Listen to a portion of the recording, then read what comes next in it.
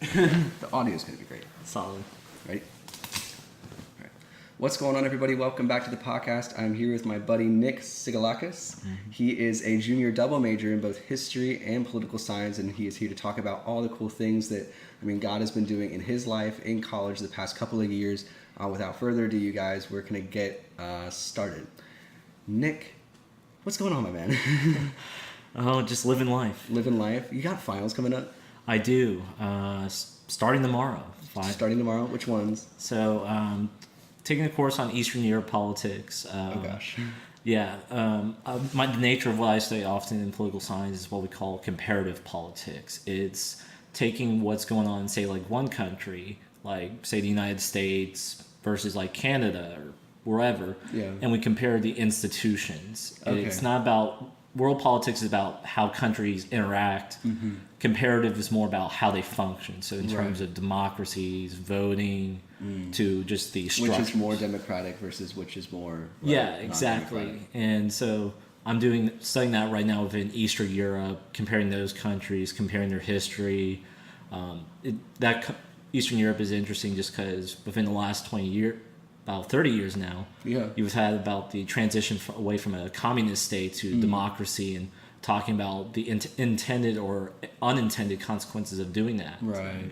So studying that, and then taking a couple other courses this semester on, what else have I been doing? I'm doing ancient Greek, so that's been really... Ancient Greek, what... Like learning ancient Greek or ancient Greek history. So within being a history major, nice.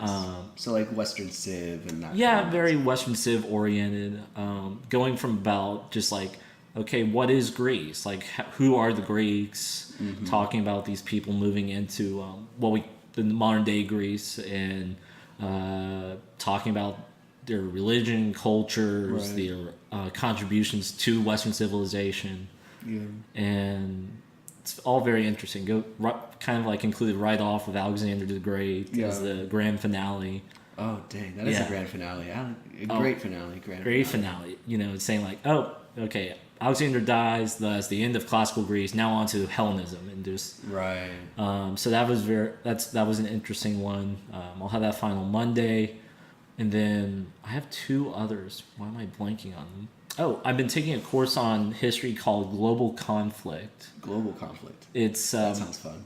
Yeah, we have a professor. He specializes in Irish history, and so he takes the example in Irish history of the Troubles. Like, you think you're like Irish Republican Army, IRA, and talking about conflicts they've had both in terms of Protestant versus Catholics and everything else. Yeah. He gives you that history and he says, all right, I want you to go out there, find a conflict of your own, compare it. And so compare it to the IRA. Yeah, so I chose the Vietnam War. Okay.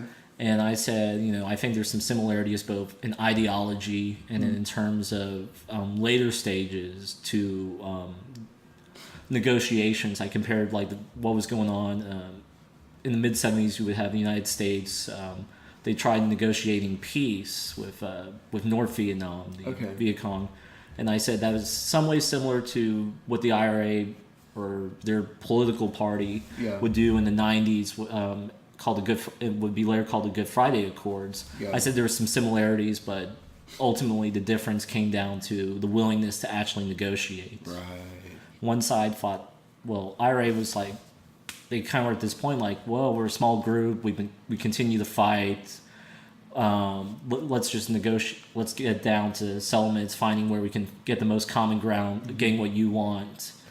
What we want, and go from there. Dang. Vietnamese, on the other hand, were like, look, we know you can't stay here forever. We're just going to hold out until... Yeah, lay that place under siege and see what happens. Yeah, it was like, well, we know you're going to have to leave eventually. Ooh. And so we may negotiate, but there's no mechanism to enforce it. Right. Are those classes they're all centered around your major in political science and history, but is there a specific track where, clearly you wanted to take these classes as well. Yeah. What is it about them that kind of stirs your heart towards them?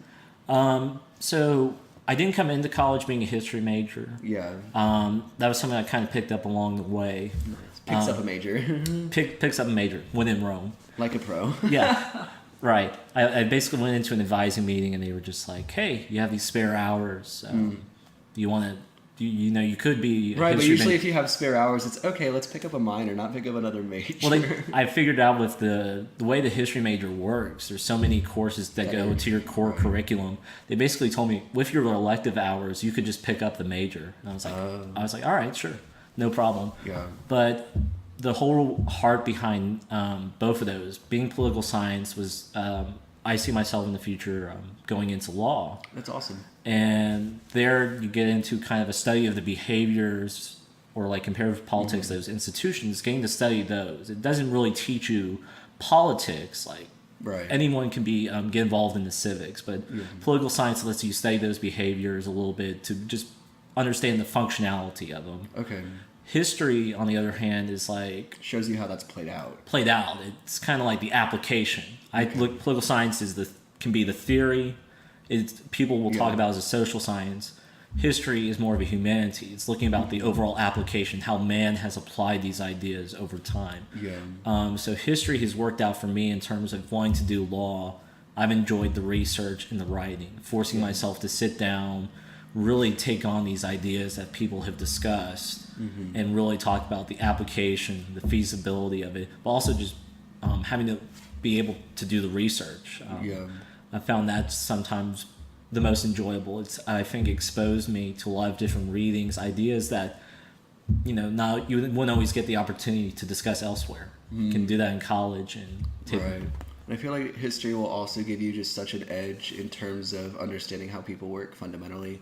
Because that's a lot of what political science is about in general, and a lot of social sciences are more just, okay, let's analyze voting behavior, let's analyze democracy, let's analyze, election outcomes and see where do people actually go, where do people actually move and vote, and why do they do these things, and then history kind of goes hand in hand and says, here's exactly what everyone's done, or a version of what everyone's done, because it's always a battle over, the events and the documents and figuring out. I always kind of see it as like a land bridge. Okay. Like, at least to history is a land bridge between the humanities, between the social science. You can have your humanities, like even like philosophy or English, and even English, like the works of name your author. How have people taken those ideas and really been incorporating them into society? It doesn't. I don't think of what someone writes. It doesn't always just stay as a parchment. It always has. Sorry. No, you're good, man. It's kind of like, it's a little more than just a parchment, a piece of paper. I think it does take on an element where those ideas have been taken to the heart, taken in the hearts of others, and they have tried to implement or take action upon them. Yeah, looking at literary history, that's a lot of my major as well. Right. And honestly, the hardest freaking part of it, because we have 4 required literary history credits, and there's a big chunk that you can choose from in terms of 18th century American or 17th century English or world literature, like Eastern literature, and figuring out the context in which all of these documents were written, politically and socially, economically, and understanding that, there's a reason that the whole trend of modernism came about. It's not just because everyone started loving to use these different themes and tropes. It's because, the times kind of required a voice that could be spoken in that way, in that genre, which is really cool. Yeah, I think that's something in terms of a more political spectrum is like one thing that is, I think, common within even political science. We call it a rule of law, like what governs a society.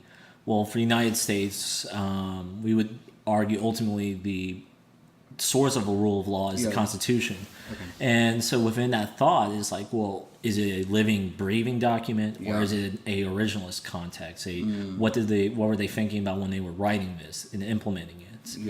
And that's something I think that literary history, especially if you fall into a more originalist or constitutionalist camp, you're always really trying to examine it. It's like, well, what were they thinking about, like, say, the Second Amendment?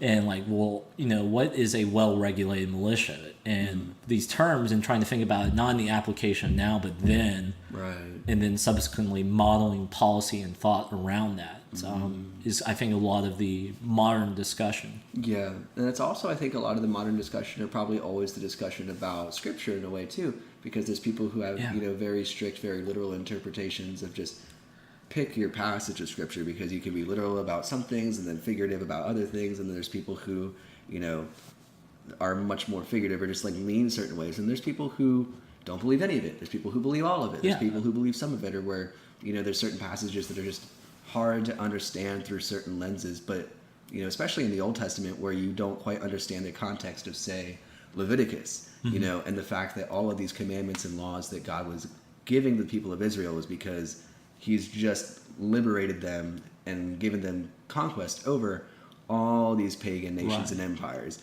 who were doing these things, and that's why they were conquered. You know, and he's saying, don't be like them. History has already shown you that what they do will lead to destruction. Right? Let me give you a short list, not exactly a short list, but a list of just about everything that you should avoid so you don't end up like they did. Right, and I think that's one thing. You know, you mentioned Leviticus. I think within modern apologetics, in this terms of originalist context, that seems to be one of the most miscited books there is. It's like, if anyone really has a bone to pick with you about being a Christian, they find some Levitican code and they cite it to you, and they say, well, you're calling for his death, you know, whether it be garments or, you know, you can pick your one. There's tons of them, and it's like, well, you can tell me that, but what about the context? And what does that mean, like, when, in the terms of being a Christian now, you know, Jesus says he's of the new covenant, and he has paved the way so that we don't have to be bound by that Levitical law, not, you know, the ceremonial part of it, because certainly the moral and the ethical portions of the law are still binding. It's not as if, okay, now you can kill people, congratulations, Jesus is here, right? You got to remember who we are in the gospel, in Christ, and understand, okay, you know, all those moral implications Jesus fulfilled, right? And he fulfilled them as an example for us, not so we could now just go off and party and do whatever and be debaucherous, right? So we can actually be made holy in his image, which is cool. I think, and that's even just a term of reading the Old Testament, is I see it as a kind of this perpetual battle of a society wanting to govern itself. They can look at the law and say, well, this is not in the interest of me. I can go about doing my own thing. Or ditch it completely for a couple of hundred years. Ditch it completely for a couple hundred years. The reality is that when they did that, and they were trying to regulate themselves, they fell short. And so I think it came down to really showing that they were not able to absolve themselves. There needs to be a higher truth, and that came through the medium of Jesus Christ coming, saying, you know, I'm the one that's here to die for your sins, and forgiveness can be found. It's not based on works. It's not based on anything else. And I think that's, you know, and why the context of the Old Testament is so key. It's the context of understanding that Levitical code existed, but you got to understand it in the greater grand scheme of things, the bigger picture, like taking it just as a one verse, not even in the book or the chapter, will always create these widely it's very easy to disparities. Definitely. I mean, I think most people understand stripping one verse from even 2 or 3 other verses. You know? I don't know. You know, like I said, it's just maybe it's just easier these days. But if someone has a bone to pick, and you, especially it's like social media. It's like if social media. I do genuinely love when comedians pick fights with religion, because they fundamentally understand it really, really well. Because in order to have a comedic bit about anything and to create an irony, you have to understand what the expectations and the norms are, right? So even if there's like a playful ignorance there, I think it is playful, and you genuinely understand or have to admit that whether or not you agree with the Levitical law, right, it is a cultural artifact that has actually stood the test of time, and probably stood the test of time for a reason. And that, you know, again, not that the ceremonial law and, like, you know, casting a girl out of the house because she's on her period is still a thing, right?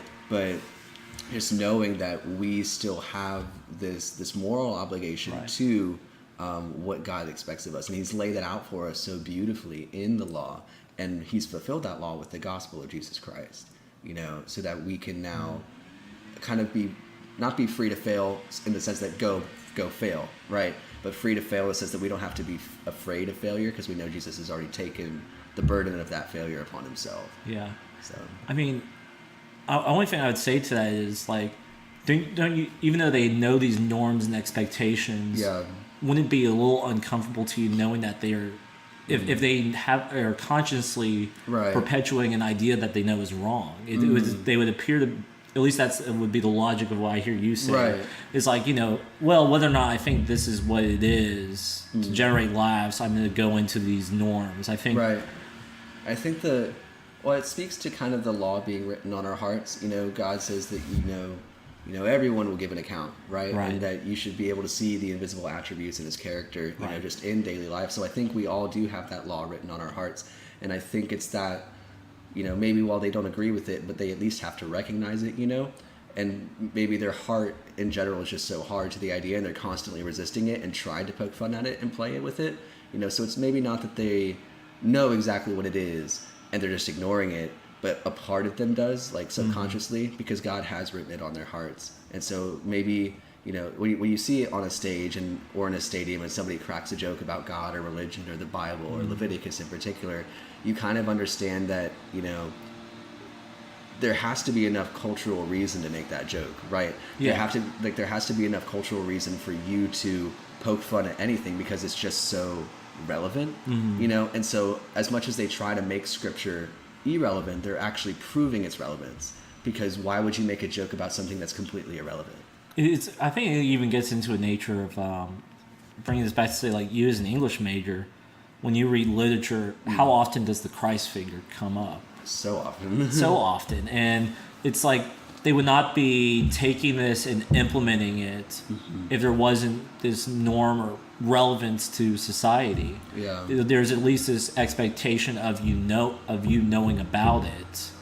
It's then a matter of you choosing to accept it or not. Yeah. And I think that's so true. And the way that we've kind of created, even anti-heroes, and when people play with the Christ figure and they try to create guys like Batman or Deadpool, where there's just this constant battle between good and evil. I'm sorry for that ambient noise, everybody. That's the lawn blower guy. I'll try to speak over him, maybe. We'll give it a minute. LOL. Fun moments. Leaf blower is going like right in front of us. Yeah, it's fine. He's doing his job. Hey, he's doing his job. He's doing his job. It won't, it's not like it's going to be railing through here, but they're just not going to be able to pick up what I'm saying, LOL. What a guy, doing his job. I could actually cut this out, too. You could. It'll be hilarious. Make this for the B-roll at the end of the B-roll, yeah, they're just waiting to hear something. Oh my gosh. Alright, he's going away. Maybe he's even turning it off. LOL. Maybe I've lost my train of thought now. No, but yeah, whenever people play with the Christ figure and they play with, anti-heroes and Deadpools and Batmans, or even the Joker's my favorite example, because it's just so nihilist and kind of denying good and evil, right? And trying to prove that good and evil are just constructs. But it's like, in order to play with those ideas, you have to recognize them both, right? If you're going to say that there's complete and total chaos, right? How can you recognize the fact that there's chaos without a sense of order?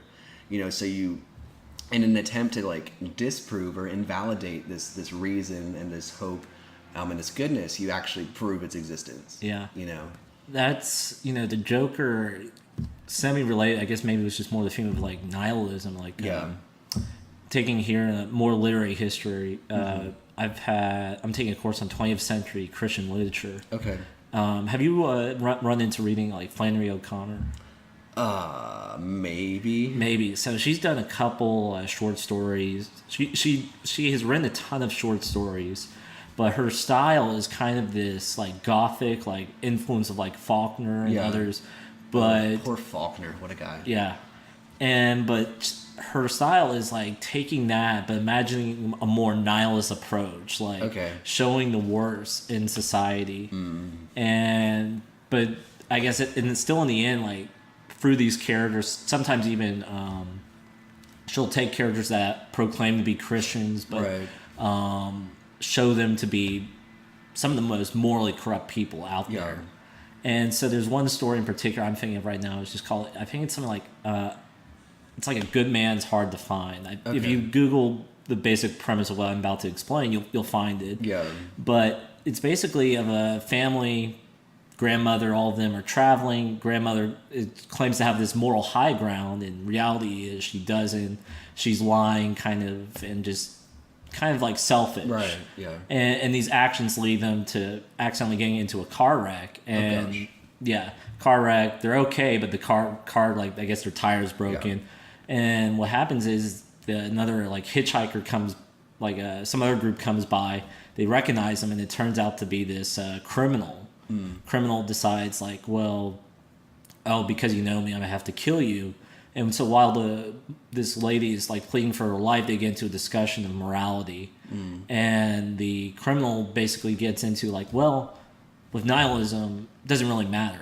Like, I can kind of like gets into like this just Joker's premise of like, it doesn't really matter what's good or bad. It's, if anything, by doing this, I'm forcing you to have to deal with these actions of like, really, I think the whole premise is of just showing at the end is like having these characters take nihilism to its root of like that I can just do nonsensical violence because in the end it doesn't matter. There's a gratification. Shows that the reason why we need to have a Christian morality and why that has been such an integral part of our society for so long is that you can't really, when perpetuating a relative thought of just saying like, I can do this. There's no end to what's relative, right? No end to what's relative. And it's showing, I think at the end of the day, the overall conclusion of it, taking it to its literal conclusion of thought. Yeah, one of my favorite books that I actually did get to read for one of my literary history classes by Cormac McCarthy. Yeah. You know who he is? He wrote No Country for Old Men, which got turned into a fantastic movie. But the book we read was Blood Meridian. Yeah, we were just, this course, I didn't read it, but we had a gentleman in the class. He was talking about it in terms of a Christian. Yes, it's so good. And I don't know what, you kind of got on the beat of it, but basically there's this character they call the Kid. And he's this, kind of this lone ranger type of thing. Yeah. Orphan wandering from Tennessee into Texas, doesn't have parents, doesn't have anybody, and he's just picking fights, going into bars, doing things that kids shouldn't do, right? And he gets picked up by this street gang that takes him into Mexico, and that first street gang kind of gets just murked by, I think, the natives.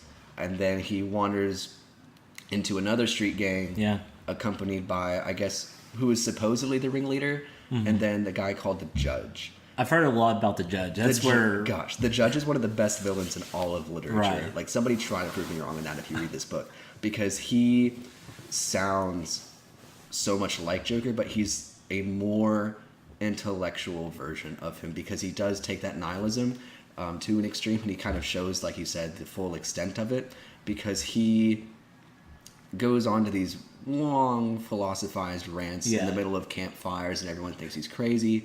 He's also just a lunatic. There's other stuff to him that I won't get into, but basically he has this idea. He's a geologist in a weird way. Okay. And so he has this guidebook that he has, and he goes with them, and they're on the trails, and they're in the Mexican desert in the Southwest. And every time he sees a leaf or a flower or something he likes, he presses it into the journal, and he sketches it, and he colors it in, and like kind of documents it, right? But as soon as he documents anything, he kills it, right? Oof. He like burns it or something. Okay. And so he does that with plants, but he also does that with animals like birds, right?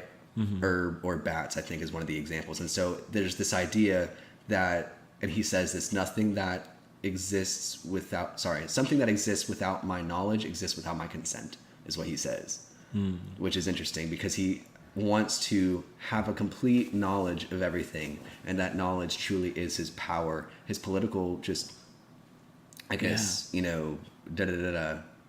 wow, lost any trail of a word there, but basically just his ability to control nature and understand nature is realized through his ability to document it and record it, which was used as kind of this postmodern commentary on science in general, and what McCarthy thought the science, especially as we were coming out of the Second World War into the Korean War and into the Vietnam War, what all this technological advancement and the scientific inquiry was ultimately leading to. Yeah. Because he saw it as people, taking this new knowledge, but ultimately just using it for the sake of destruction. And it's like, okay, I'm going to keep this knowledge to myself, right? I'm not going to distribute it. I'm not going to let anybody know. It's going to be my own knowledge, and nobody else is going to know about it. And there's this sense in the end where the judge is also just a very corrupting force, right? And so this kind of philosophy that's wrapped around him in terms of, you know, my knowledge is my power and I'm going to assert it just in this very domineering fashion. It corrupts everyone around him because he's kind of the actual leader of the gang, while there's this kind of pseudo leader who's the front man, you know, and just very kind of motivational, but the judge actually has the foothold at anybody more through fear than anything else. And so the kid, bringing it back to him, and the judge have this interesting relationship because the kid is the only one who doesn't do what the judge says, right? Okay. And everybody else is terrified of the judge because the judge will straight up kill people if they don't do what he says. It'll be really discreet, you know, kind of in the middle of the night type of thing, but he gets rid of people who just don't agree with him, which is something in of itself. And eventually the whole story is just whether or not the kid will become the judge. And there's only one phrase, sorry, this is going to spoil the book for a little bit, but there's one time where the kid is called a man, and it's when he kills somebody. And so when he has actually matured and done what the coming of age, the coming of age is, you know, codified in his killing of someone in murder. And that's all the judge wants is to, because the main thing was that what he wouldn't do for the judge was kill prisoners pretty much. And so their whole job as the gang was to capture and scalp Indians. But they ended up taking that into extreme territories such as scalping citizens of Mexico and Texas, just because a scalp looks like a scalp. And so they were going to get more money. Right. And so he's like, no, I'm not going to kill any innocent people. I'm not going to take their scalps. I'm not going to kill somebody who's injured, right, who isn't attacking me. And the judge is like, okay. Like just wait, you know? And so he finally, it's just this 20 or 30 year long journey, and it's really episodic, but at the very end of it, you know, the kid's almost just by himself waiting, you know, for the judge to come back, because there's this triumphant encounter between the two, or not triumphant, but just final encounter. And the kid sees this other kid who looks like he did when he was, you know, 10, 12, just stirring up trouble, doing whatever, and he just says something to him. Right, and he turns around, pulls out his pistol, and shoots the kid like square in the eyes. And at that moment, he's not called the kid anymore. He's called the man. Yeah. Right. So that's the terrifying part of it, of the whole story, is recognizing that, okay, what does it take for you to become truly human, right? And McCarthy would say, becoming truly human is embracing that instinct that we all have in each other towards like violence, and that war is the natural game. And war is the only true contest, because everything else, every law that we've made is just a cage that we're trying to trap ourselves in, you know? And any morality, any objective morality is just constructed, you know? And so it truly is postmodern in that sense. And and the judge is that extreme nihilism, saying, okay, forget all of your laws. They're all literally outlaws, right? They're in a gang. And so forget all the laws, right? But even while they're outlaws, the kid kind of had some moral compass in that I won't kill anybody, right? Or I won't kill anybody who doesn't attack me, because they go on raids and there's fights and he kills people, but I won't kill anybody innocent. I won't take an innocent life. Right. But as soon as he does, that's when the judge comes back and eventually has his way with the kid, turn the man. So it's really interesting. I went on a longer rant than I should. No, you're good. I mean, I think my thought, just kind of listening to that, is just like, it gets back into an idea of a natural law. Like, well, if we believe in natural law exists, that, you know, whether it be just a natural right to defend yourself, or just the premise of how that works, like say war, like, you know, but in the terms of the judge tying this back to a natural law, well, if he doesn't believe there's a God and there's no, then you're the judge. Yeah, you're the judge. You are the God almost. And if we get time, there's like C.S. Lewis, I think, is probably one of the greatest authors in terms of talking about the relative versus objective truth and why those are so significant. But in terms of that, it's just like, when you bring up anything, you decide you can be your own God, there's really nothing off the table that you can do. And I think it's weird how people kind of ascribe their own morality to God's morality in a weird way, because we want to make God as we are. And so you turn God into this vicious thing, or to this malevolent thing, or saying God has got to be evil because, you know, we're evil, and why would he be anything different, you know? But truly understanding an objective good as well as an objective truth, you know, is something that is really difficult for people, because we haven't seen a really physical example, at least here and now, of somebody who is truly, truly good, right? We have superheroes, we have, literature again for that. We have all of these people who we create to be good, but even then it's like people get upset when they're too good. I wrote a story last year for one of my creative writing classes, and I think it was something along the lines, it was a Christ story, but I made one of the characters to be the Christ figure. Yeah. And everyone who peer edited my paper said, this guy looks too perfect. I'm like, that's the idea. Like, because it kind of shows you your own heart and saying, why are we so put off by goodness? Why are we so put off by the idea of goodness? Because we can't even comprehend the level of goodness that it takes to be God. And so what we do when we can't comprehend the goodness is we take and we drop it down until we can accept it. Yeah. Right? We bring it down to an acceptable level of goodness, which inherently has some evil in it, and we say, this makes sense because it's all we know. Right? But when we show somebody God and Jesus, who's truly and objectively good all the time, it turns a couple of heads. But wow, I really love that conversation. I want to dig into your personal journey a little bit more because you've got a couple of stories. You're very involved on campus. I've seen you around with the Young Conservatives of Texas. Yep. Is that right? That's so cool. Young Conservatives and then as well Pro-Life Aggies. Pro-Life Aggies. Do you know Marshall Allen? Yes. And Katie Paxton? Yeah, I love Katie. Dude, Katie and Marshall are freaking fantastic. She just, today is May 1st. Don't mean to put you on the spot. Okay. But she just became the president of our organization this morning. So. Oh, congratulations, Katie Paxton. She did not tell me that, but it's fine. Yeah. Well, shout out to her. Shout out to Katie Paxton. Dang, she's amazing. But yeah, I would love it if you could share just your heart behind. I mean, how'd you get involved? What do y'all do on campus, off campus? What's the story here? Yeah, I think for me, really. I guess to getting a heart to how I got involved, it gets into a nature of just like, why do we participate in these type of groups? Trying to talk politics, or I guess in the case of like Pro-Life Aggies, we were just talking about, well, it can take on that fundamentally from a secular view, it could take on some political or policy nature. It's just more of a trying to speak truth. I think what all that was when I became of age, it was like, well, I'm going to start looking around and hearing what other people say. Yeah. And I realized I identified with more one spectrum than another. And then it was like, well, how do I get involved and how can I participate in this? I think there's some level of fundamentally that we should do in some capacity. And so when I was about 18, I participated in my first primary. Right. And the GOP, what they'll often do is they call, and both sides will do this, they have what they call precinct conventions. Okay.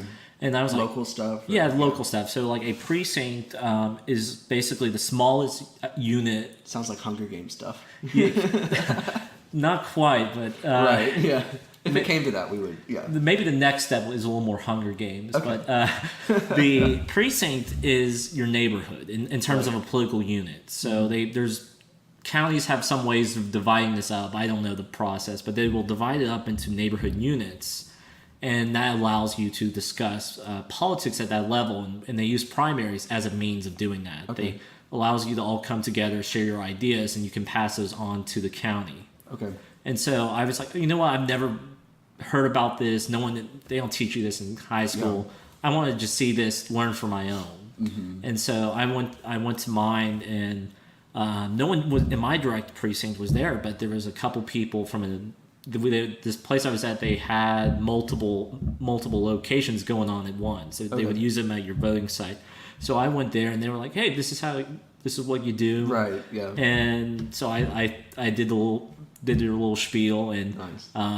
For being their only person, it was kind of like, okay, I elect myself the chairman of this convention. I nominated myself to be the delegate to the county convention. Okay. And moved on, but didn't have anything else really. Single member district. Yeah, single member district. I was like, all right, I vote for myself. Right. Seeing no objections, I make myself the delegate to the county, and then moved on. Some Emperor Palpatine moves right there. Yeah, Emperor. I am the Senate.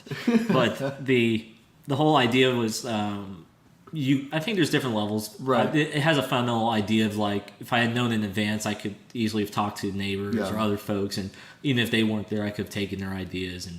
But since it's just myself, they're like, hey, when you go to the county convention, make sure to. It was this one gentleman. His wife was like, my wife's going to be on the credentials committee for those going to the state convention. Okay. Stop by, take an interview, and I was like. There's no way they're going to give me a spot for the state convention. Yeah. But here I was like, you know what? When in Rome, that'll be a reoccurring theme. It's just kind of like seizing the opportunities when they're in front of you. It's I like that. I love that. If, especially if they're not, I think there always has to be some level of calculation. But if there's little to no cost and everything to gain, shoot your shot, bud. Yeah, shoot your shot. There you go. And so I went and. Went there, they interviewed me, and there's the way they did was they had this application. It told me, what campaigns have you participated on? Have you ever gone to public office? Or have you gone to these before? And I'm like, no. Turn it in to them. And they're like, so, what have you done in your high school? And I'm like, oh, and I list off some leadership things. I'm like, okay. And that was enough to convince them to let me go to the state convention. Dang! Yeah. With the people who didn't get to go? Well, so... I think it was large enough that everyone was able to, by choice, they could either be a delegate or an alternate delegate. Okay. And so alternates just means that while you're not an immediate delegate, if there's an absence, you take their place. Yes. And so over a course of a convention, it's not uncommon for people to have to get up, go, or do something. Especially when there aren't that many people. Yeah. I forget how many people came from this group, but the year following, it was like 70 odd delegates were sent from Brazos County, the county for College Station. Okay. We brought like 70 people to the state convention, and over a course of 3 days, it wasn't uncommon for to be doing other things or like I myself I was in summer school, so I missed the first day. I came in for this 2 and 3, and I was an alternate in this instance. I chose because I was like, it's unfair to do that, but being the alternate, in particular alternate number 1, just whenever there was someone not there, I took their spot. So there was always, basically I was in a delegate chair the whole time. Because there was someone at any given time not always there. Okay. And so going to the state convention and everything else, I just kind of got into an idea of like, well, how can people of my age express that we want to be involved? Okay. And so with that, I began really researching the process, and I learned that each convention, they'll choose their national delegates during a presidential year. Yeah. But there's also a process where they choose what they call is a presidential elector. Right. And so for folks less familiar, a elector is a person that becomes a member of the Electoral College. That's so cool. Yeah. And so each political party or any candidate, when they run in Texas, for example, they have to nominate beforehand who will be those people. Okay. So that when they win, they can contact. Be solid, yes. Okay. Yeah, they can have because when you vote in November in Texas or anywhere in the United States, you're voting on the electors. Right.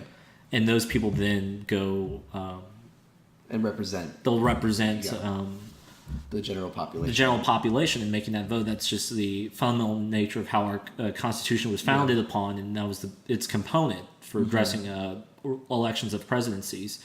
And so I was like, you know what, I would like to run, just say that we would like to be involved, we have a say. And folks were telling me, you can run, be a good experience for you, but you're not going to run. Right, yeah. Like, okay. For me, it didn't matter. I was just... You just wanted it. Shoot your shot. I was like, I just wanted to make this point, and we'll see what becomes of it. Yeah. And so here I was, day of convention, sitting in a room with everyone from your congressional district. Yeah. There's congressional districts can often make up multiple counties. It's not always just one place. So there's about in this room 200, 300 people. Okay. All different experiences, all different backgrounds. Some participating in this a lot longer than I have. Whereas I picked this up maybe a month or two before. It just decided on a whim to go to a little event after primaries ended. I decided to go afterwards and just follow the process to its conclusion. Yeah. And so I was like, so here I am in the room with 200, 300 people, and everyone that's decided to be an elector, if they have to run, they have to have someone nominate them and be seconded. So I had talked to some people before, and enough of them said they would at the very least, support me on nominating me. No one within our little particular group, I wasn't stepping over any toes, and that was an important thing for me. Just like, know your place and just well, I can make a point. There's ways to do that. Proper mediums, proper channels, and just respecting your elders in general. Respecting your elders, and period. I think that's a important thing as well. And so, wasn't going to harm anyone if I made this statement. Yeah. And so they're like, "We'll nominate you." And so out of that, there's 6 people nominated by the various groups, counties, or in particular, my county was so big they have they're under multiple Senate districts. The way in Texas works, they will divide. Brazos counties with multiple Senate districts? No, not Brazos County. Back at this time, I was in Tarrant County. Okay. And so state Senate lines, there's several that all go through Tarrant County. Right. And so I was in a very tiny portion of Tarrant. Cross-section, yeah. Cross-section. It goes from about where I lived almost all the way down to Waco. And so... gentleman's name for state senate, if you want to look him up, his name is Brian Birdwell, but his district goes from about Tarrant all the way down to Waco almost. Yeah. And so here are these people from all their various groups, and so in counties, like you can be like different. On top of that as well, depending on how they cut the lines, you can have multiple congressional districts. Something like Tarrant, that's not uncommon. Yeah. So like, where I lived, I had one guy, but you go over a couple more miles, you could end up in another person.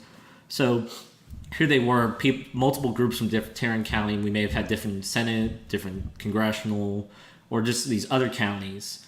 Here we all are in one room, and when everything was all said and done, there were 6 people running. We drew lots. I had the first speech, so I give him my shtick, and I say, my name is Nick Ciggelakis. I was a senior in high school at the time, and so I said, I'm a senior. I'm going to Texas A&M, and kind of perked their eyes up a little at that. And I said, being a senior and going to Texas A&M, I have an opportunity to really go to my school with a position of authority and be able to explain why I have these values. Yeah. And continued to talk a little, and after I was finished, at the very end of the line, there was one guy who said, "What's your name?" I repeated to him, and just kind of scribbles it down. Yeah. And so everyone else gives their talk, and this guy, the guy I just mentioned, he goes up, says, "Hi, my name is this. I'm the vice president of the local club. Okay. And I know this is how we not normally do things, but I believe we should vote for this man right over there." Points at me, and they ask him, "Are you dropping out?" It's like, "Yes." What? So 5 people are now running. Yeah. We have our votes, and out of that vote, I got like 47.5% in a 5-person race. That's crazy. Yeah. And so there's like, okay, well, you have to have a runoff. You have to have a majority plus 1. Okay. Yeah. Well, guy's second place. He's like, "I don't want this anymore. He can have it." And they're like, "Well, okay, but he doesn't have a majority. We have to give someone else a chance to run." He's like, "Okay. Well, the 3rd place, the 4th place, and the 5th place all walk up, do the same." They're like, "We don't want this anymore." Oh, gosh. And so they all put aside any personal ambitions, any opportunities, and they felt that I was in the best position to take this on and represent them. Dang. And so that gave me an opportunity to become a presidential elector in 2016 and do that. And it was a great opportunity, and it's opened up a lot of doors there. That's a long way of, I guess, explaining how I got involved. Yes. It was just... it's a fun way to get involved. It's just, I was in the electoral college. Yeah, so my starting gig. That was my starting gig, if you will. But it's opened doors just in terms of, like, getting to talk to people. Right. Shaking hands, taking names. Yeah, shaking hands, taking names in some ways. But through that, it's... just continuing to be involved and speak on issues on our campus and other places. That's given me an opportunity to participate in starting up a Young Conservative Texas chapter at Texas A&M. That's awesome. And then just with pro-life, came about, funny enough, it was like my freshman year.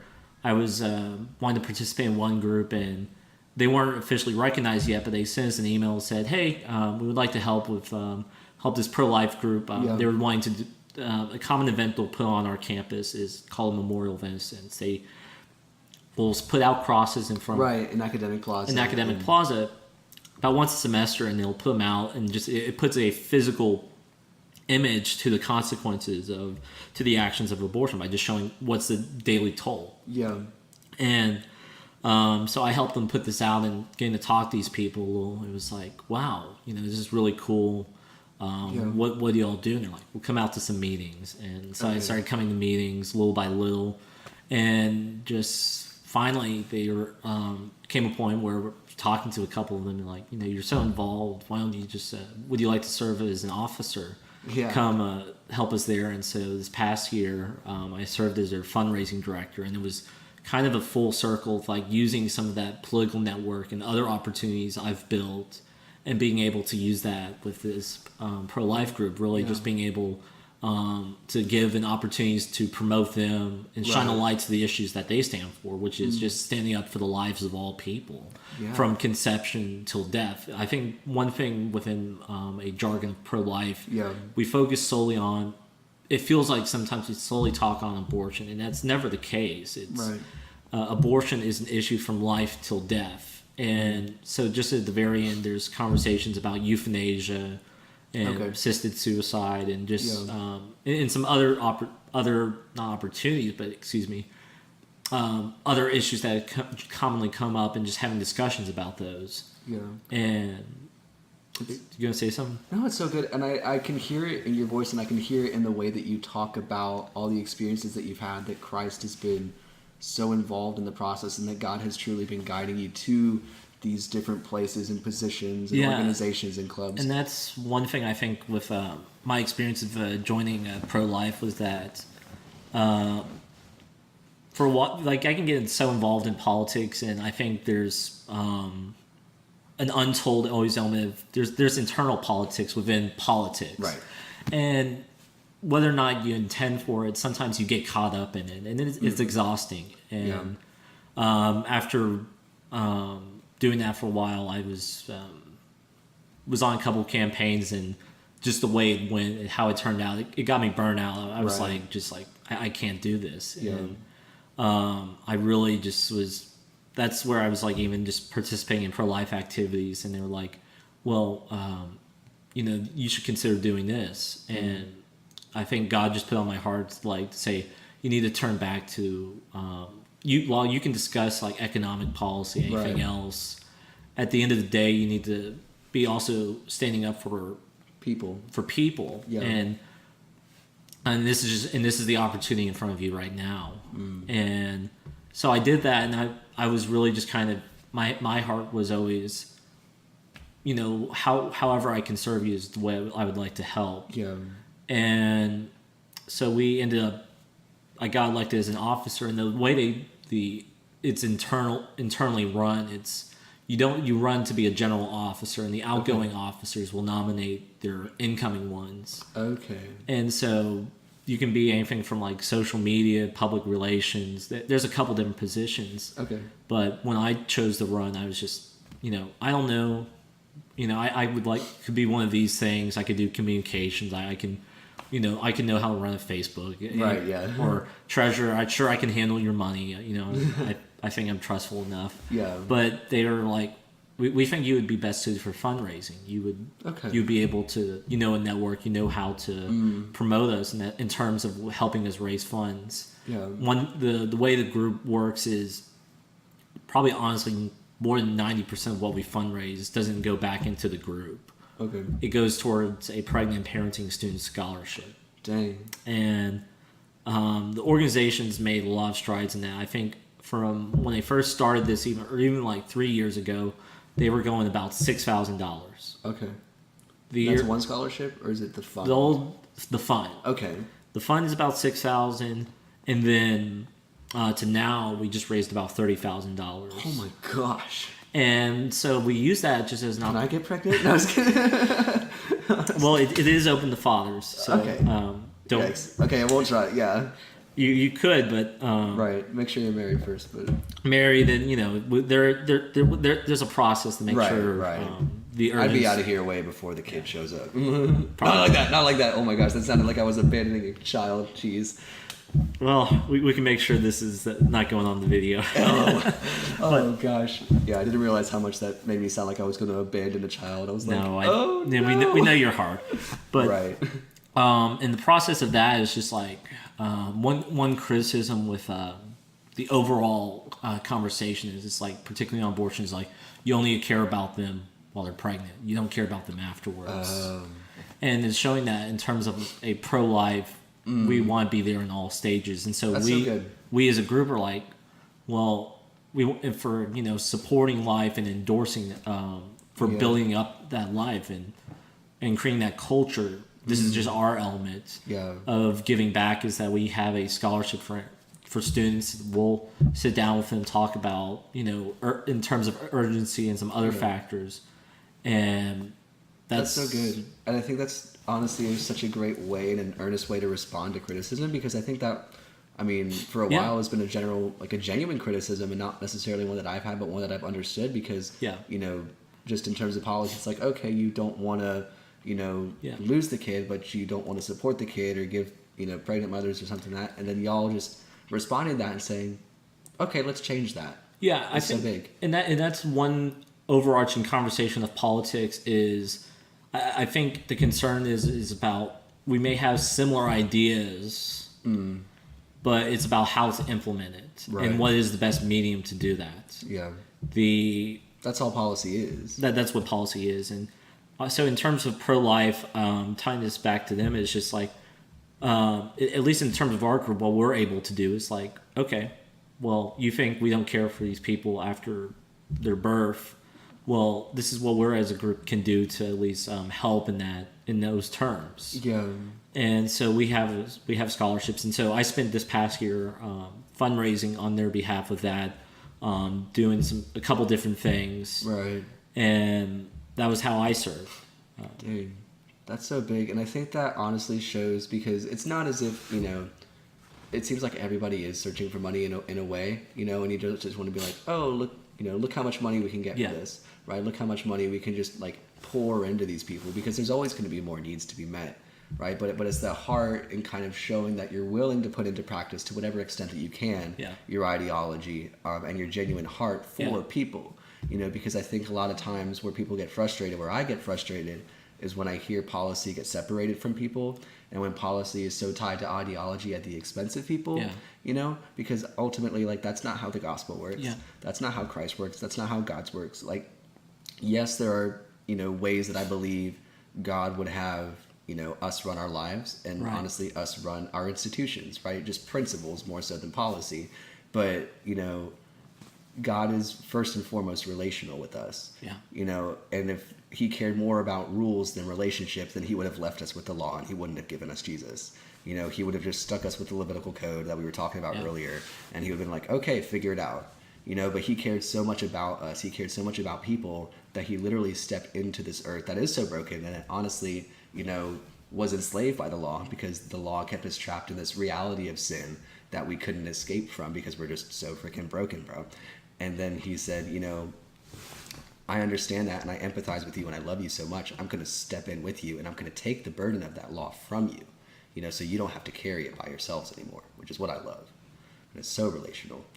How have you, and I guess speaking on relationships a little bit more, what specific relationships, and maybe you could go into a couple of stories here if you wanted to, have you been able to form, and how have you specifically have been able to, I guess, have conversations with people, about not necessarily scripture, but just, the values of life in general, and what kind of response have you had from people maybe who didn't understand, like you were talking about earlier, the full picture of what pro-life is? I don't know. I try to think of a specific example, I think, but the overarching one I would say is just your friend group, your circle, and talking about people in those avenues. And because I think the way I at least view politics, it's getting back to an idea of, well, what is politics? politics is root word comes from polis, a city-state. Yeah. And the ancient history of politics, at the very minimum, was of people of the city-state, all of the males who were, in the eyes of Greece, citizens, would go before assemblies, and they would have discussions, very open discussions.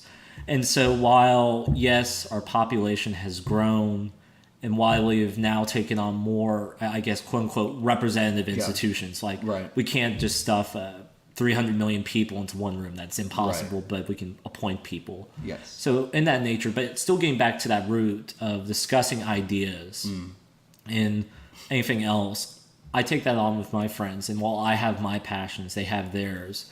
And so I'm just very open with them. And I think in terms of something like life, there is only an there's the objective truth. It's not relative, and there can't be really a compromise on it. I think we can talk later about the ideas of whether or not what's the best way to implement it, and do we take gradual victories, or do we just try going for it all? Yeah. But I think at the very least, in winning hearts and minds, that's maybe more of a process. Yeah. But in the nature of with your friends, your community, and others, it's just having those personal discussions. And when you have that sense of trust and being able to be open, it then allows you to really say, this is what it is. If you believe in this overarching theme of principles, like say life, if we begin at conception, and then we believe there is a natural right to be protected from in life, wherever, like you said, if it begins at conception, then there's a fundamental protection to protect it. Our country was founded on an idea of life, liberty, and property, or life, liberty, pursuit of happiness. Go with the Jefferson or the Lockean approach. Either one's good. And when you do that, you realize, where do if we're protecting life at its conception, that also extends to pregnancy. And while we can be sympathetic in all the extenuating circumstances that are often offered up, we have to get back to the fundamental truth. If life begins at its conception, there has to be protection for it, and when we need to be able to stand up and be vocal for it. There cannot be a submission of relative exceptions. All life has the fundamental right to be protected.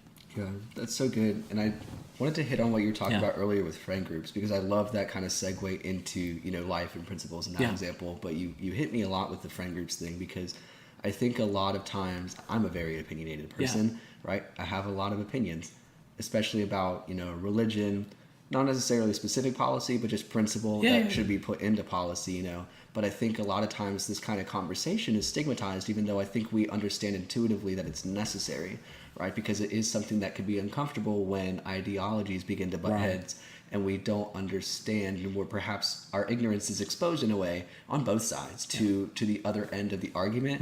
And so we're afraid of that conflict. We're afraid of that potential division. We're afraid of relationships not being as strong or, as, I guess, just inherently good as we thought they were going to be coming into a conversation. And so we don't have those conversations, right? And, I think regardless of what end of any policy that you lean on, what do you think, in principle, sorry, could have messed up the phrases here. What do you think are the obligations of somebody who is pursuing Christ to have those types of conversations? So there's a quote I love from William F. Buckley, and it goes, at least in terms, he speaks to it in his ideology of what he calls a conservative. And he says a conservative is inclined to yell stop when no one else. Basically, paraphrases, when no one else is inclined to do so. Right. And so, in terms of being a Christian or whatever else, I believe, within our moral frameworks and of truths, I think we are obliged to stand up for those. We don't. There's not really a room to where we compromise in that end. I think there's other areas where we can, but into the very more basic principles of say what is fundamental to Christianity, we don't say, well, it's okay, or we say, this is what the Bible has for us, and this is what we need to do to follow it. And so I would say, in terms of getting back to the communal or friend aspect, it's like you don't just let someone who's living, a friend, if they're living a life of sin. Right. We don't just kind of say, you know what, that's okay. You would almost like, you would go to them and speak to them about it, and most, we all have our different intervention tactics, but probably at the end of the day, it's like, Cody, do you trust me? I see you doing this, and this brings concern to me, and this is why you shouldn't be doing that. And so that's what I would really suggest, is like, I think, and maybe it's the overarching thing is maybe like, I think, especially in Texas, we have this Southern hospitality. And that hospitality extends to uncomfortable conversations. Right. We don't want to do something if it's to step on someone other's toes. And I think there has to be kind of, we need to change that mentality in the sense of like stepping on others' toes. It's a matter of when is that right? And if it's for the well-being of someone else, I think you're kind of, whether or not you like it, you're kind of obliged to speak on it. I think there's ways to do it, and we can have a discussion about that. Yeah. But I don't believe he ever said it himself, or I can't think of an immediate writing to attribute it. But there's a good movie called Shadowlands, if you've ever heard of this. But it's with the whole premise is of C.S. Lewis, and it talks about his marrying one day Joy Grisham. But one lecture that C.S. Lewis always gives in this movie, and then you can apply it to a lot of sense of any Christian principle, is like, if you see a burning bus, you don't just let the bus sit on fire. You go to it and you ensure that, that if someone's burning in it, you get them out. You don't, or if you see a house is on fire and someone's in it and they're not aware, you don't just continue to merely go on about your day. You call out to them and you urge them to get out of it. And I think that's what I would suggest, is that, and to the tenets of Christianity, into following 4 of our commandments, we don't waver on those aspects. I think we need to be fundamentally always striving to communicate that to others. And so different channels require different means, but I think the most reliable at the end of the day will always be the community and your friends. Use your relations, use your channels to talk to people about those, and say, like, do you trust me? Right. That's so big. And I think, maybe you can clear up this, I guess, misinterpretation of maybe Christianity and its, I guess, political bend, because without even looking at, the deep complexities of America, people say, like, okay, on the right, it's Christians, and then on the left, it's non-Christians. And I think a lot of that comes down to the pro-life issue, because I think there's just a party difference there fundamentally in their platform. And this isn't, trying to pick one party or the other, but I think even in your language, I can hear your heart, and I hear it so much when Christianity looks at a burning building and it says, okay, we need to put out that fire. We need to go to it, right? A lot of times people see that as, it's like, okay, let's stop the fire.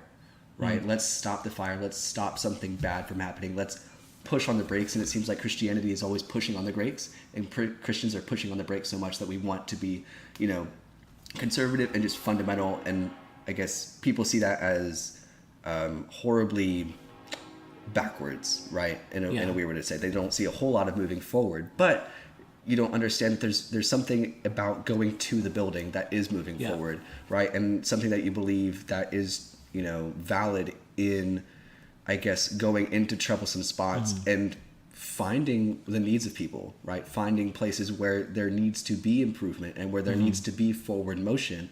But what that forward motion looks like, right, is just different from what a lot of people are seeing it being. And so this notion of, like, yes, we can put labels on, like, progressive versus conservative, and people see, wow, progressives are moving so far forward and conservatives are, stuck in the past. But it's like, you're always looking forward, right? It's just the direction and the path you see yourself taking to get there. And the direction, path, the means of which you're trying to achieve it. I think you started to touch on this, and it's something I think I'll touch on too. Is like you say, Christians are conservative, or we're trying to conserve something, and I think that gets back to an idea of, well, what does it mean to be conservative? And because there's a good speaker. His name is Jonah Goldberg, and he has a book called "What Is Conservatism?" And that idea in itself, not novel. Plenty of people have talked about it, but he'll usually begin his lectures with, "Look, conservative in the United States looks a lot different than England. It certainly looks a lot different than Saudi Arabia." Yeah. So, to that tenet, there's tends to be we're trying to preserve something, right? And so that's will look different in different places. But at the end of our days, we still have our ideas of like protecting life, liberty, and so on. And those are those ideas that we're trying to conserve. Mm-hmm.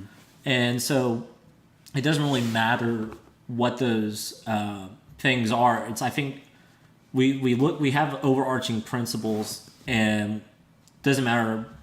I think one thing I'll make a sidetrack on. Oh, that's cool. Is that some people are very. We'll talk about what conservative stands for now, and it's like I'd be quick to remind them, even like say about 150 years ago, while the ideology is the same, there would have been a time where it was called we would have been called liberals for just saying like classically liberal. Yeah, that's what we call it now, and I think within the arc of classical liberalism, things of just like even of slavery or anything else, we've been like, you can't own someone else. That's detrimental to their life. That's to their liberty, and certainly it's not forward thinking. It would have been forward thinking to change those. I guess, or you say it was not forward thinking. Yeah. Someone else would have tried telling you not, and would say like, for us, where we just see them as self-evident ideas, other people. Right.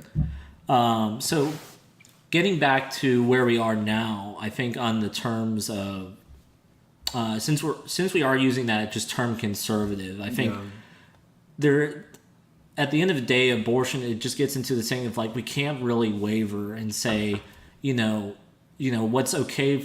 It may be okay for you, but it's not okay for me. If it's going to hurt someone, it's going to hurt. If it's going to take a life, it's taking a life no matter what channel or element it's coming from. And so I think there's kind of then this, that's where the urgency comes from to be taking on that position.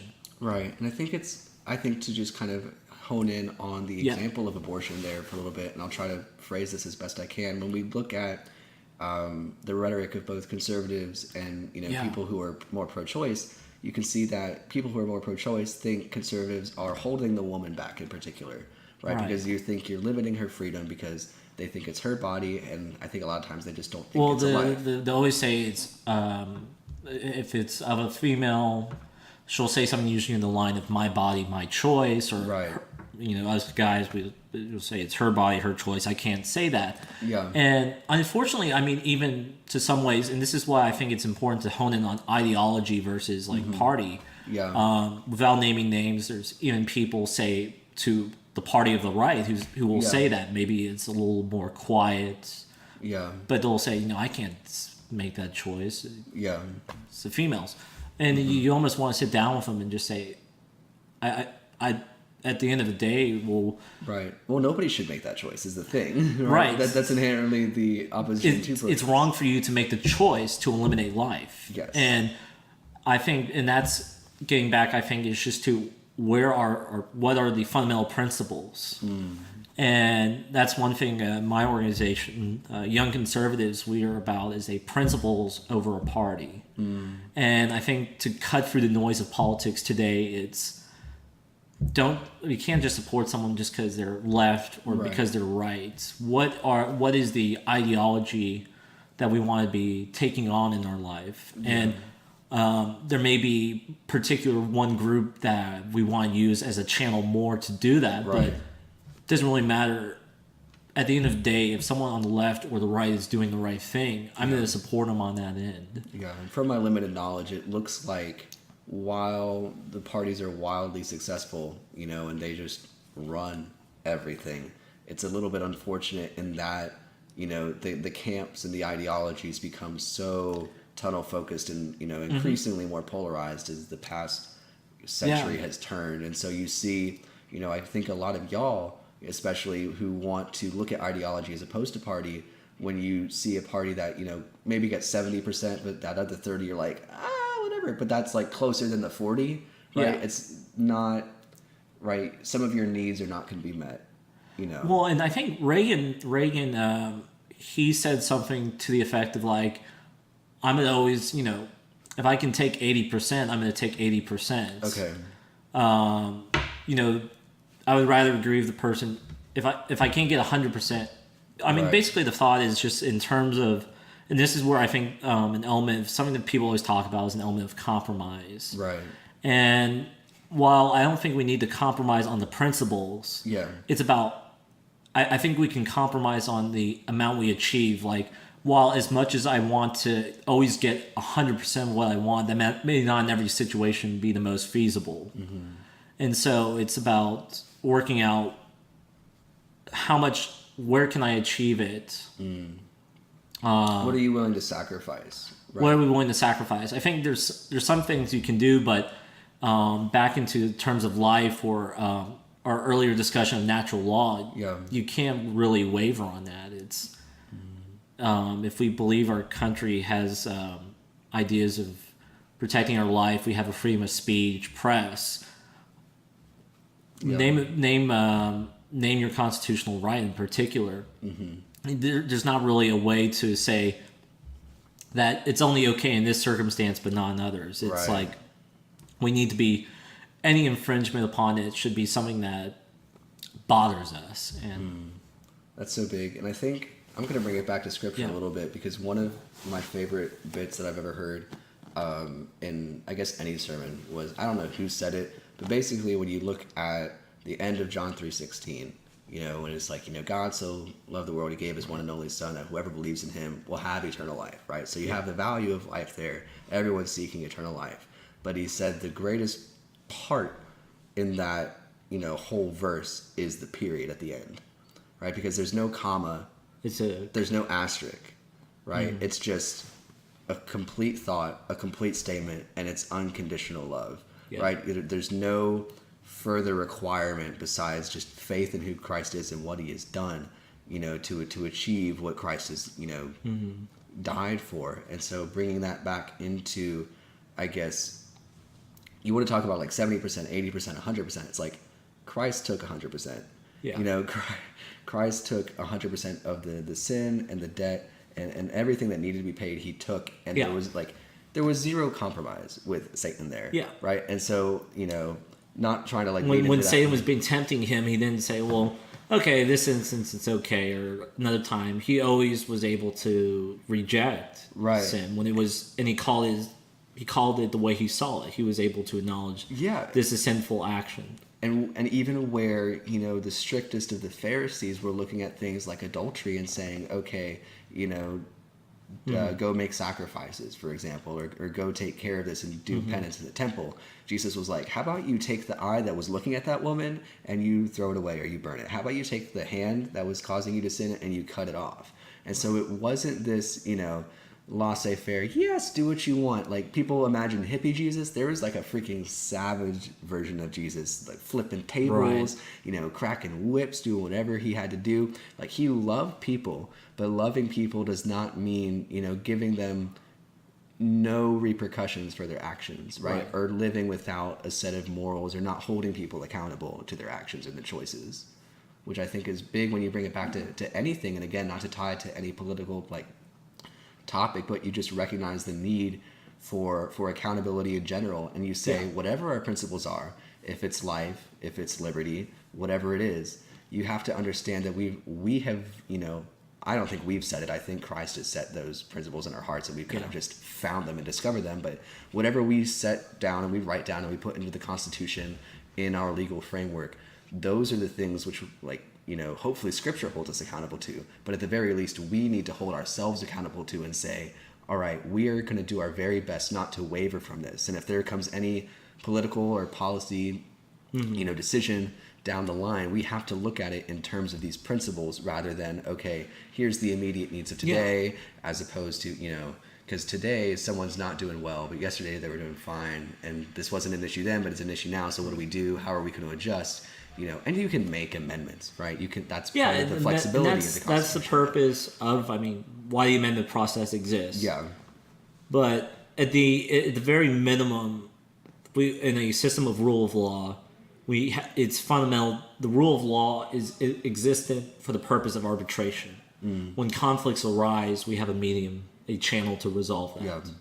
And it's so big because I think, you were talking about Western Civ earlier, and just, you're talking about Greece and Polis and all that stuff, and how much of that democratic system was truly just courts, right? There were some political decisions in terms of policy and whatever, but a lot of it was just trials upon trials upon trials upon trials.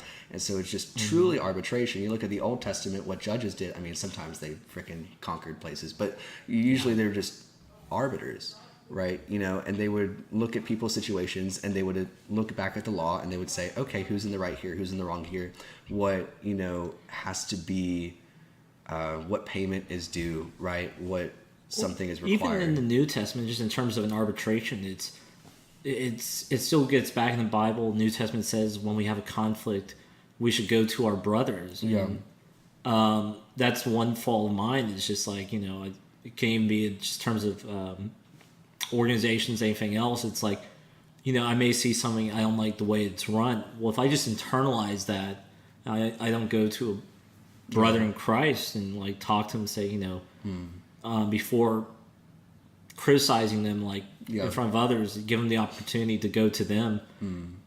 It's just like, then it's like, even as well, it's like no one, if you just internalize and hold it to yourself, no one else understands it. I think that's where a lot of our issues lie right now. It's just if we're, in feeling that we're uncomfortable to talk about certain things, and we just leave it. I think that's where it creates this pedagogical, almost epistemological fault where we're not teaching ourselves the right things. We're not knowing. We allow fault, these discrepancies in education to just grow and build. It becomes malignant, like a tumor into the lives of some folks, a cancer. And if you just show them how, I think fundamentally the problem is that when you begin with a relative truth and you say, we can allow for exceptions in this instance, then what's stopping you from saying this other instance is okay? Right. It kind of just opens the Pandora's box to talk for anything to just continue to expand. I'll give one story. Was I went down to Austin.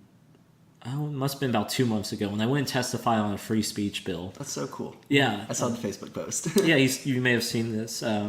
I'll usually be a little vocal just because it's my way of showing people that we have the ability to get involved in the political process. That's so cool. And so I went and testified on this free speech bill, and sometimes you get different results. Yeah. It's sometimes when you testify, you end up being you can be at the Capitol. You say your piece, you say your word, and they're like, "Thank you." You get up and they let the next person talk. Right. Other times they're like, "Hold on a second, I want to hear what you have to say. Say a little more." Yeah. And so I had a gentleman, and he stopped me and he said, "What are your thoughts on flag burning?" And while I have very strong personal opinions about flag burning and what that symbolizes and what that's communicating. Yeah. My concern has always been, to the overall arching theme of free speech and the idea that the government should not regulate our channels of what we choose, how we choose to express it, express political. You're not inciting violence. You're not inciting violence. In terms of you being able to communicate political messages, that regulation. I think it goes back to even the nature of flag burning. Well, I don't like it. I wouldn't do it. Right. When you say, okay, flag burning, the government should be able to regulate that. That's not an acceptable form. It's against the principle. It's against my principle of what I was just talking about. Well, when you do that, you open up a Pandora's box. And that's what I said to him. I was like, you open up a Pandora's box to being able to regulate any thoughts. What's then next to say you can't do this? You can't. You shouldn't speak out against your university, or so it's really whether or not we may be we can be uncomfortable with certain realities that you allow, right? certain realities we allow in terms of like, say, allowing, in terms of getting to a theme of free speech, like we can be uncomfortable with what someone says. Yeah. May think it's incredibly stupid. Yeah, or hateful. But when we begin, but you have to think to the principle of like, do you want the government to have the power to say one type of speech is okay and it's not? Because in my eyes, I view it's like, well, what happens at the time when I finally say something that I think is right, but the government say it's objectionable? It's a slippery slope, bro. Yeah, and that's where, just getting back to ideas of fundamental truth or principle, it's like you cannot compromise an inch, because if you give an inch, someone else may take a mile on it. Yeah, or a freaking marathon, bro. Yeah. And this is weird bringing it all the way back to when you talked about, I guess it was Matthew 18 that you were citing when you said, go to your brother. Yeah. Right? When you have an issue, when you have conflict, and this concept of arbitration, and not necessarily compromising on principle, but still genuinely, not being afraid to have conversation and not being afraid to be uncomfortable, right? I think you go back to what Christ is, right? There could not have been a more uncomfortable moment for Christ than the cross, right? Yeah. But he knew that if he was going to look sin straight in the face, if he was going to look at the problem straight in the face, then he was fundamentally going to have to be uncomfortable for those moments that he was, even the Father looked away because he had to look away from sin. And so you look at Christ and you say, gosh, if that's how direct Christ is willing to be, to go into the heart of just the mess and the darkness, and how just completely disgusting sin is, and how disgusting honestly we are, just like as sinners, the fact that he would come and take upon flesh, and that's so mortal, that's so weak, that gets tired, that gets hungry, that that thirsts, and is tempted into all of these different things. The fact that Christ was willing to not just look at the problem and say, I'm not comfortable with that, I'm gonna completely look away, not have to deal with any of these people anymore, right? Not gonna have to deal with sin or sinners, completely turn my back on them. Yeah. At any moment God could have made that decision, but instead he's like, no, I'm gonna go straight into the heart of what this issue is. It's gonna be uncomfortable, it's gonna be painful. And he had conversations with people that I'm sure are uncomfortable for everybody. Oh, absolutely. Right? Because it's like when it... Remember, when I was just writing about the example of the rich young... right. And it was like telling him, like, well, if you really want to follow me, drop everything and pick up your cross. And this guy's like, what? Yeah. Or you look at Pilate, and I look at the conversation they had, and when Jesus is kind of silent, imagine how awkward that is for Pilate, just looking there at the bro saying, aren't you going to say anything? Yeah. Like, I know you can teach, I know you can preach, you gave a sermon on the mount and you fed 5,000 people. Like, I know you can talk, I know you have something to say. And Jesus just kind of stands there, gives him the silent treatment. I can't imagine the look on Pilate's face being like, yeah, what's going on here? And so there's moments of uncomfort, or discomfort rather, but I think those moments are ultimately necessary for us to realize just the reality of the situation that we're in, that there are ideas which come into conflict, right? And that we can't just keep opening the Pandora's box the way you described it and saying, all right, today it's this, tomorrow it's B, the next day it's C or D, because again, there's no telling. And I don't trust, honestly, future me even to once I'm given that inch, not take that mile. Right, because that's just who we are, and it's rational, it's self-interested, not even necessarily selfish, but just truly rational to take that next, step. It's like just things like I don't know. I think the more juvenile example is just something like leaving a jar of cookies out. Like it's right, like, yeah. The thing I've always thought of is just like, you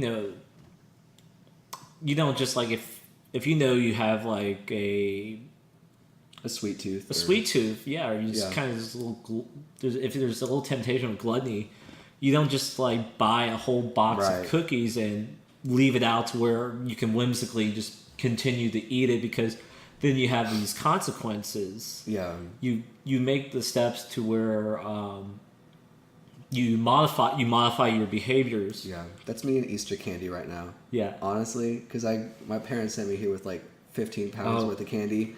And I told myself, you know what? I'm not going to open that bag of Sour Patch But as soon as I did, I was like, you know what? I'm gonna have one serving of Sour Patch, which doesn't happen. Right. No one eats no one eats a serving from a bag of candy and then rolls it up and then puts it back. Yeah. See, you got to eat it in one sitting. And so it's just even something like that. It's just like shows us our own lack of self-control. Self-control, and so I think I guess looming this, tying it back into an idea of just our nature of principles, like right. When we if we have ideas like just say, I shouldn't be around, I shouldn't have there's some things I need to be able to I need to keep in check. Yeah.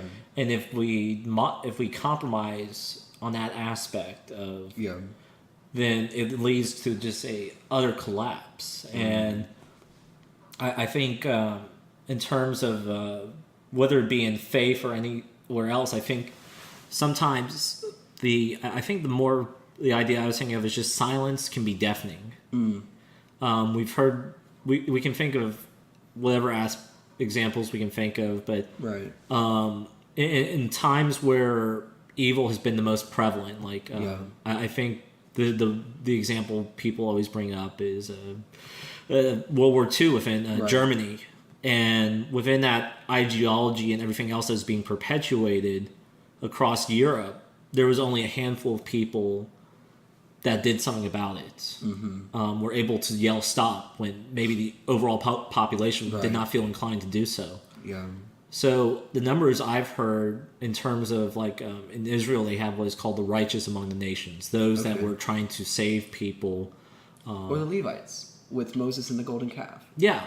That's a more practical example. Yeah, I think it's on the same point because, Moses comes back down with the tablets and Aaron's made the golden calf and, everyone except the Levites, I think, bowed down and worshiped him. Yeah. And he tells the Levites, hey, go slaughter the rest of them, which sounds awful, right? But that principle being, knowing when to stop the fire. Yeah, but with the example I'm thinking of is just that, and what I meant is that within the righteous among the nations, there's only about 26,000 people that Israel has recognized as saving people from saving Jews from being annihilated or being sent to concentration camps. Schindler's List. Schindler is he is among the righteous of the nations. I forget where he is, but he was given that designation because right. he spent money and everything else. But he was someone who was influential in society. Yeah. Schindler was, and could have easily lived a life of luxury and continued to be happy himself. But when he saw that evil was occurring, he went through his channels and felt inclined to speak up about it. He may have, in terms of an arbitration, it may have not always been the most vocal, he didn't get out in the streets of Berlin or anywhere else and yell at the top of his lungs, but in private he began to use the means of what he had to save people and used his factory, something like, crazy numbers. Right. And I think that's something, just an example of tying this all back together. It's just that when 26,000 people may sound like a lot, that was very little of the world population. Compare that to 6 or 7 million. 6 or 7 million, sure. Even just within Europe, you think of that number comes out to less than 1%. Well, 26, maybe 3 or 4, but whatever the larger. I wouldn't have been able to do the math. I've done too much math in my time, college, statistics, I guess. But when you think about it, it's just of that, should 3 or 4% really be what in issues of life and death, or of a objective truth, something that we can all identify, hone in on? Should we be willing to compromise, settle, or just not be vocal about? Yeah, and I think, Hitler had this. I've done way too much research on Hitler personally for my liking, but he's just, because that's the example everyone brings up, so I figured might as well be knowledgeable about that man. He's a nut, and everyone knows he's a nut. He's also a genius, which I think less people recognize, but most people will be like, yeah, he's a genius, politically, in terms of just the rhetoric and what he's able to do. But he was able to gather so many people around that ideology and the illusion of both conservatism and progressivism, because he was able to bring Germany back to its roots and say, here's the German nation, but then here's also like how we're going to dig ourselves out and, make us, better than everybody else. I mean, so if you want to say he was giving off an image of traditional German image, sure, but I don't think when people looked at the ideas that he was talking about, and still very radical changes for Germany, those weren't conservative. I think people could have looked at it and had the opportunity to say, right. Or let me phrase it this way, because I understand where you're getting at, and I understand where I probably misspoke or just didn't go about this the right way. The slippery slope of just how the Holocaust actually occurred. Sure. Because it wasn't, okay, let's round up the Jews and send them into camps, right? It was, okay, let's create a registry, right? Let's figure out where all of the Jews are. Let's figure out, like, how many Jews there are here. Let's just get a census going. Then it was, okay, let's make them wear the Star of David. Let's make them self-identify with their faith. Then it was, okay, shops run by Jewish business owners were not allowed to be open past a certain time, or they had a curfew. And then it was, okay, let's relocate a bunch of the Jews into ghettos. And then it was, okay, let's put them into camps and force them into labor and then, commit genocide, right? And so it wasn't, again, this immediate fire that everybody could have seen, right? I'm sure somebody could have. And I'm sure, Hitler had the long-term vision in his mind. But it was the inability of someone to recognize the baby steps of when the fire was kindling, right? And to put the brakes on that and say, wait a minute, where are our principles here? I mean, and there's a couple people, I think the Christian circle always loves Dietrich Bonhoeffer as an example. And I think if I remember right, Sophie Scholl, or like, I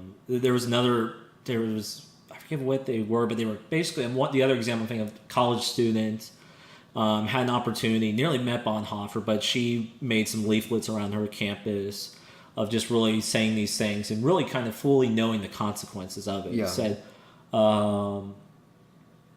here are these people that spoke up, but I think within our terms of society, we shouldn't be trying to appease people on like saying, like, we were not called to live in the world. We were called to live of it. And this is the world we're in. But people need to realize when there's integral issues that are fundamental to being a Christian, integral to life. And when we begin to see these being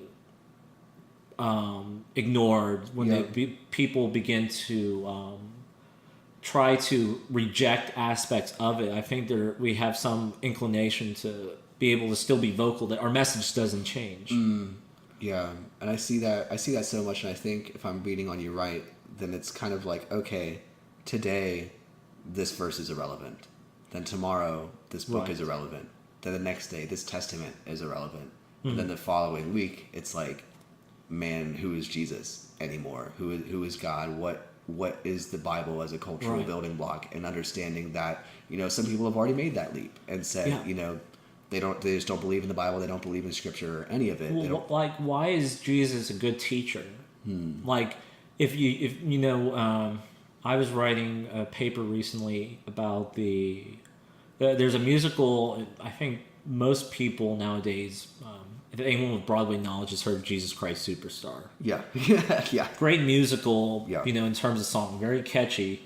But you start listening to it, you have to pause if you really focus at the lyrics. And like the chorus to the title song Superstar is, Jesus Christ, who are you? Are you who you say you are?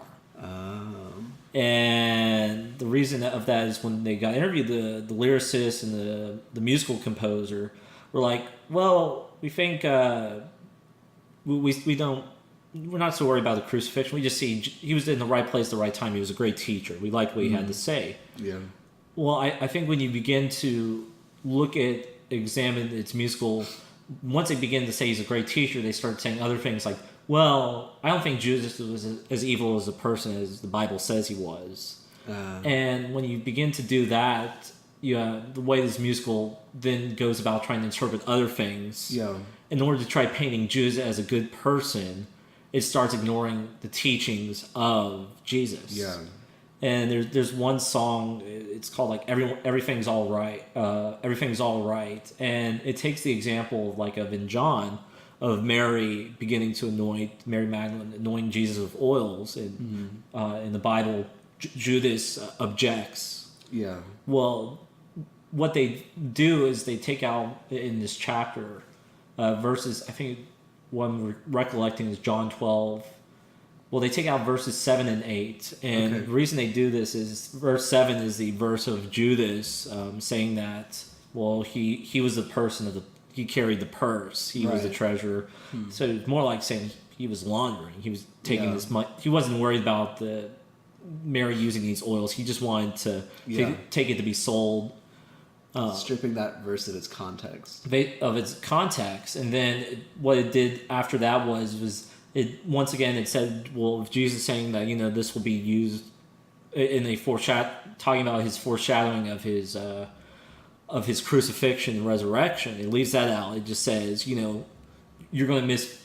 I forget how it's properly phrased, but it's just like remember me while I'm here. Yeah. And there'll be a time when I'm gone. So the consequence of taking out these verses, it serves the purpose of making Christ look like a superstar, someone who was living out in that time. And in some ways, even its opening song is saying, "I remember when we called you a man, not a god." And all these things to say are just remind you of just I forget how did I say I was getting into the topic of the musical? Oh, it's just the Pandora's box and the slippery slope of everything. Yeah. Oh, teaching. That's right. The idea of teaching is just like when we begin to say the Bible of a teacher of a good teacher, but not accepting. Well, what was he teaching into the greater picture of? Yeah. He was teaching in light that of all of these teachings we've humans we're incapable of following always to its fullest conclusion. Yeah. There will times will be when we fall short, but we have someone who takes our punishment. We have the opportunity to accept it. Well, when we don't do that, when we say we paint a Jesus who's entirely out of the message of what he's for. Yeah. And when you do that, then he's no longer even a great teacher when you begin to say, well, he said some good things or not. Yeah. And people kind of, take that a step further and say, oh, all you're doing with your interpretation of the Bible, the traditional interpretation where Jesus is God, is painting him as God, right? We always, I guess the opposition opposes mainstream Christianity and saying that, we're all just painting a vision of Jesus. This is just another painting, right? Mm-hmm. Whereas we would say, no, there is a reality, there is an objective truth, right? This reality is not subjective to our own interpretation, right? There are things that we don't understand about Jesus, certainly, right? There are things that just weren't recorded that Jesus did, right? John, I think, says that, if we put everything into this book, you couldn't hold it in a freaking library. Yeah. Right? Or the world's libraries couldn't hold it. And so we might not understand all of what he's done, but there is certainly, an objective reality to who he is, however little we understand of him. And so as soon as we start stripping him from, his reality and his objective truth and what he said and what he did, taking away the bit about Judas and the purse, taking away the bit about, the foreshadowing of his crucifixion and his eventual resurrection.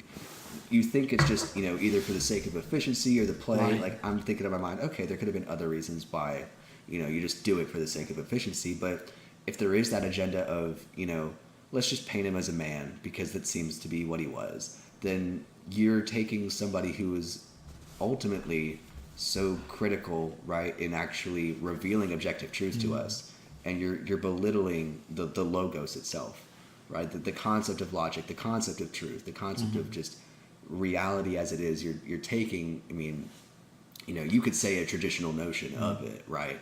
And you're stripping that down to nothing and claiming pretty much that nihilistic thing again, that we can go off and we can do whatever and we can say whatever and we can be whatever, and that is completely fine, only to realize that once the fire is burning and that Pandora's box is opened, there's no going back. And so the danger there is, when do we put out that fire? How do we keep that fire from getting kindled to the point of no return.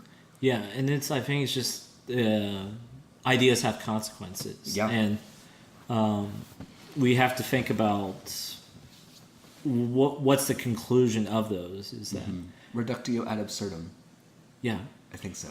That's Latin, but it's right. Looking at the finality of a thing, as opposed to the beginning. And you're sitting at the beginning of that slippery slope, and you're imagining, or maybe you can imagine rather, and you need someone to show you. Okay, here is what this path is leading you towards. Yeah. Right. And I think using more interpersonal examples than anything, when you come up to somebody and you confront them about like we were talking about earlier, their sin, and you say, hey, this is leading you in a bad direction. I love you. Do you trust me on this? Right? Yeah. We've got to be willing to have those tough conversations. We've got to be willing to open up, enough about what we believe. We have to understand what we believe enough to articulate it, and it's not as if, God is exactly just judging us inherently on how well we know his stuff and we know his book, right? You don't have to know scripture inside and out to witness to somebody, but you've got to be able to have the confidence and the boldness to say, hey, let's look at scripture together.